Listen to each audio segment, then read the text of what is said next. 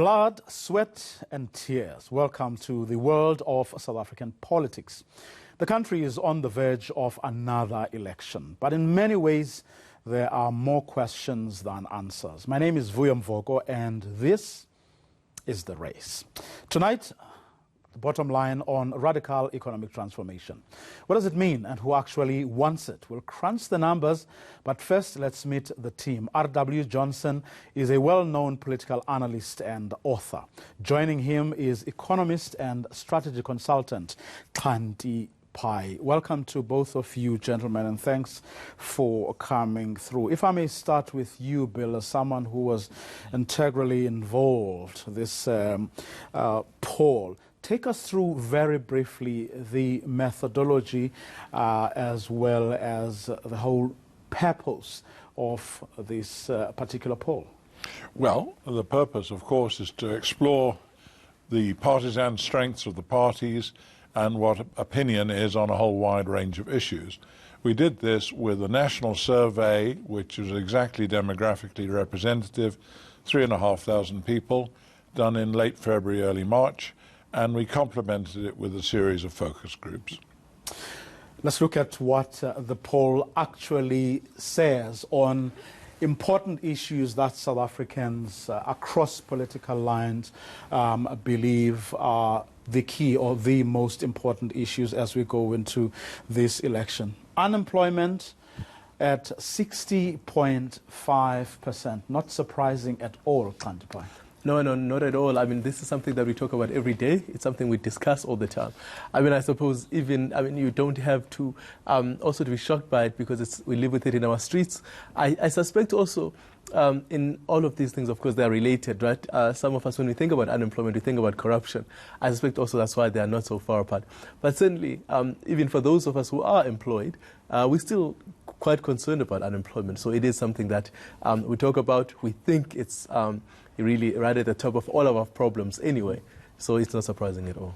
Well, at 25.6% comes crime and gangs, followed by corruption, followed by housing, followed by education.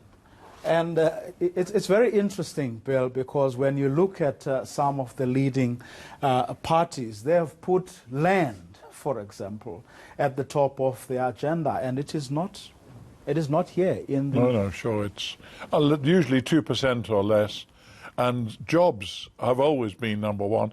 In 1994, the ANC poster read, jobs, jobs, jobs. That was what they promised, but the trouble is that unemployment has tripled since then, and no wonder it's the overwhelming issue. And indeed, in 2017, when we were looking at the build-up to the ANC conference, it was quite clear that the reason for Ramaphosa's support, which was much stronger among voters than it was among delegates, was because there was a belief that he would be able to do more about jobs.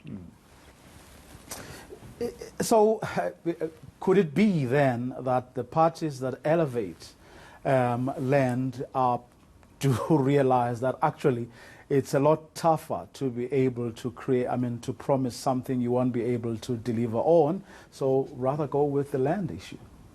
Well, I think there's something quite interesting in this question about land, and I think the way we've separated it.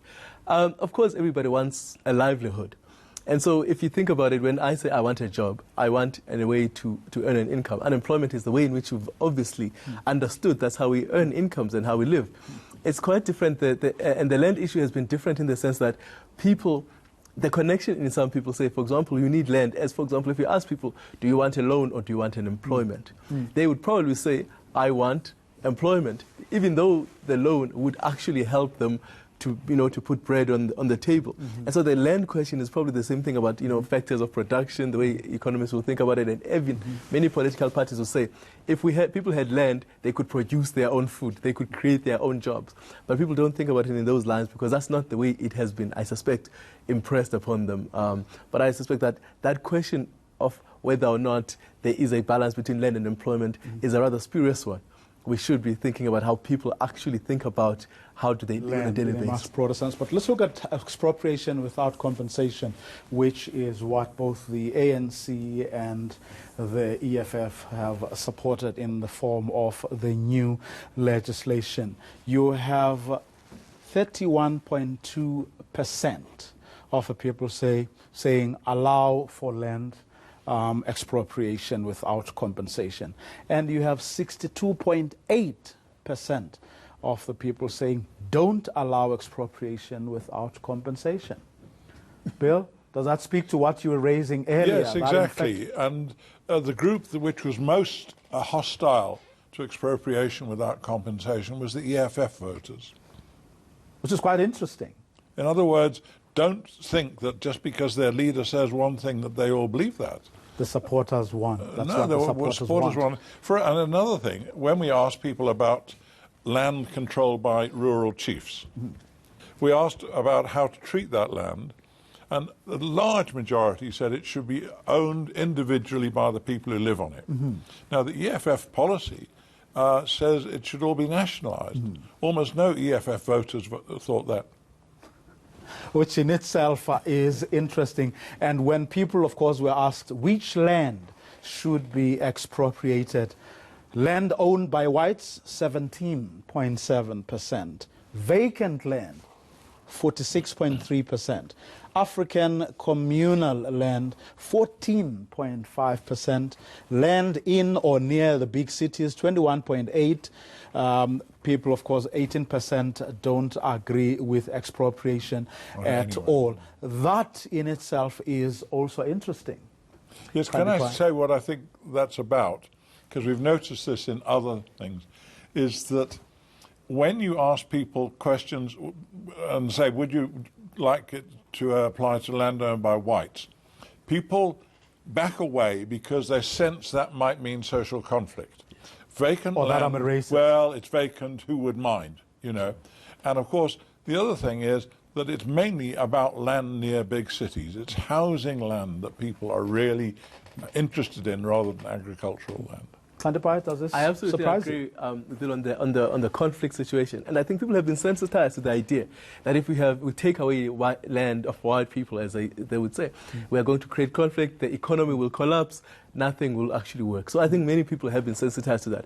I think maybe the 17% maybe are some of those people whether are radical or even think that they still have a lot of anger. I was looking at the other graph about land expropriation. Of course, it's still also an emotional issue. What I think is quite interesting for me when I was reading the results is about the land near cities and how important that is.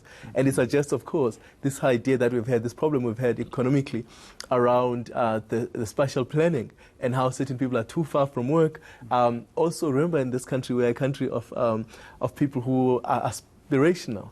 I want to live in Sandton. I want to be close to Sandton.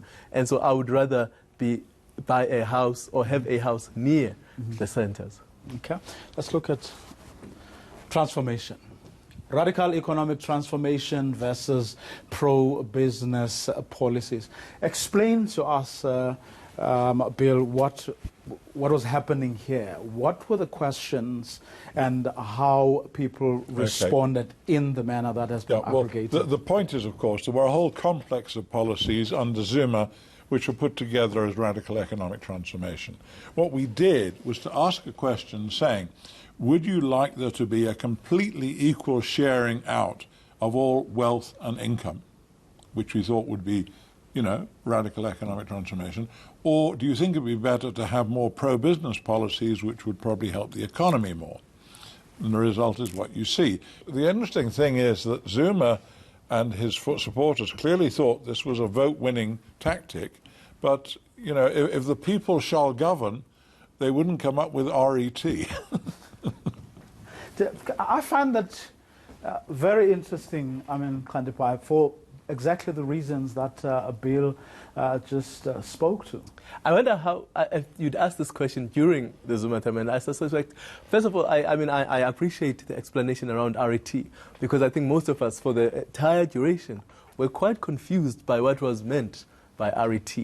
And I think in many people's minds, when you hear the word RET, you think Zuma, you think Gupta, you think corruption. You don't actually think in the way I suspect is being explained. So I would have thought about it like that. But also, remember, lots of people have been sensitized to the idea that we want entrepreneurship, we want to own our own businesses. I would think, therefore, they would go for more pro-business. I mean, we talk about this all the time. We say the economy will grow, people will do better if we own our own businesses and people start businesses, they employ other people.